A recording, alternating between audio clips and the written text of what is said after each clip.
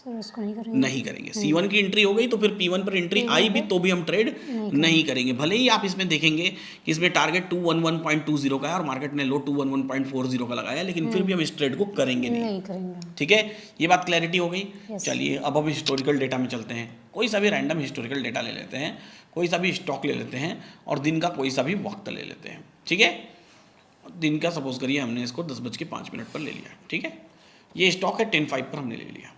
अब देखिए ध्यान से, बाजार कहाँ से शुरू हुआ है? P1 से शुरू हुआ है। पहली कैंडल P1 पे है।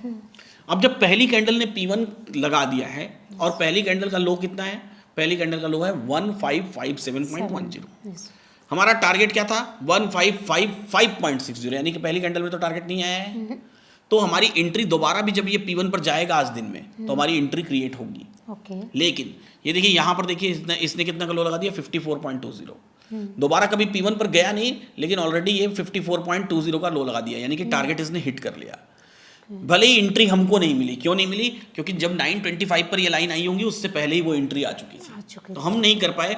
लेकिन ये अब दोबारा कभी भी ये दिन के अंत में इस वैल्यू पर जाएगा, हम 3.5 तक चले जाते हैं, इस वैल्यू पर जाएगा P1 पर, तो हमको P1 को ट्रेड नहीं करना है। दोबारा ये देखिए, दोबारा जब गया है ना P1 पर, तो दोबारा हमको इसको ट्रेड नहीं करना है। पहली बार में ऑलरेडी वो टारगेट दे चुका है। C1 पर जाता तो भी हम ट्रेड नहीं करते। क्यों नहीं करते? C1 पर इसलिए नहीं ट्रेड करते क्योंकि C1 पर ऑलरेडी P1 का ट्रेड दे चुका था, C1 नहीं कर सकते। और इसका बेयरिश रिस्क 2 का है, ऐसे ही हम इसके P1 को ट्रेड नहीं करेंगे। क्लियर है? क्लैरिटी है? चलिए अब आते हैं हम लोग यहाँ पर कोई सा दूसरा रैंडम स्टॉक ले लेते हैं। भेल ले लिया हमने, और भेल को भी हम दिन के किसी भी वक्त पे ले लेते हैं। जैसे कि हमने भेल को ले लिया, सपोज करिए कि 10:56 पर हम भेल देखने गए।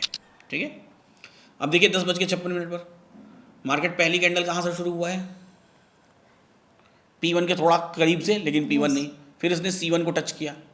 ठीक है, C1 को टच किया, इसने लो लगाया 255.50 का। हमारा स्टॉप लॉस कितना था? Max pain 255.60।